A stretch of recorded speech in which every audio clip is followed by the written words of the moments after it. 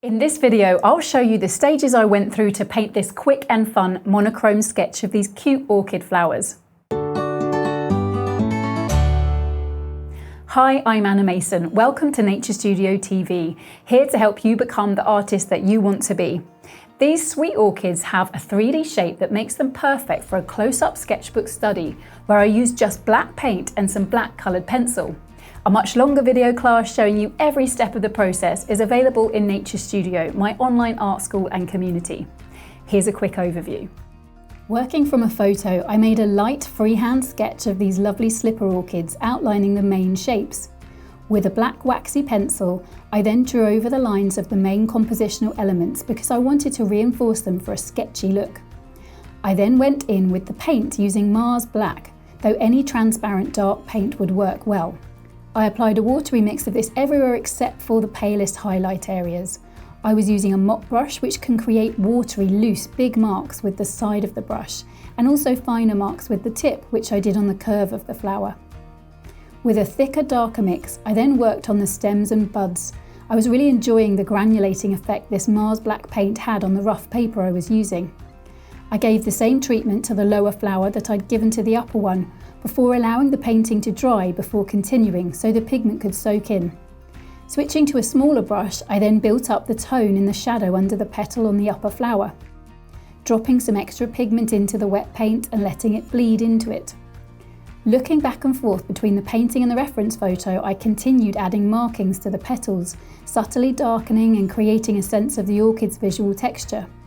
Then I did the same on the lower flower, building up the darks, then mid-tones, looking for any darker patches on the reference photo and adding them to the painting. When the paper was touch dry, I darkened the stems and buds further, including the subtle details I observed in the reference. I preserved a little white gap between the flower and stem to help it stand out. To build up some punchy contrast, I then added another layer in the darker areas on the buds and stem and then let it dry completely. I came back in with my waxy pencil again next, going over the line work, darkening and thickening the drawing to accentuate the sketchy style I so enjoy. Then I went back to darkening the painting with the mop brush, which is great for forcing you to keep the marks loose. Using the tip, I added details, darkening the stem, flowers, and making subtle adjustments. Moving to a smaller brush, I then added some extra lines to build up the 3D effect on the curved slipper part of the flower. I was looking to strike the balance between a loose, sketchy painting and capturing nature's details. Here I was stepping back and assessing the painting as a whole to check for any areas that needed more darkening or detail. Had I wanted a more realistic result, I could have continued in this stage for longer, but in this case, where I wanted a looser look, I knew it was time to stop once the painting looked tonally balanced and pleasing to me. A long format video class of this orchid sketch, complete with an outline drawing you can trace, a reference photo, and full and detailed instructions, is available now with Nature Studio membership, where you can also get loads of advice and support on how to make botanical sketching a regular art practice to bring joy and relaxation to your life.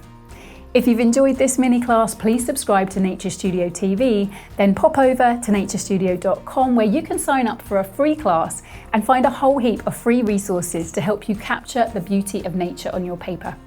Thanks for watching, and if you want to find out more about my art school, Nature Studio, and the free class that's waiting for you there, keep watching. If you haven't taken your free full-length watercolour class yet, you're missing out. Step by step, I'll guide you through painting a 3D pear that looks real enough to pick up and eat. I'll explain not just what to do, but why, so you'll learn a reliable method you can use for painting all kinds of subjects that make your heart sing.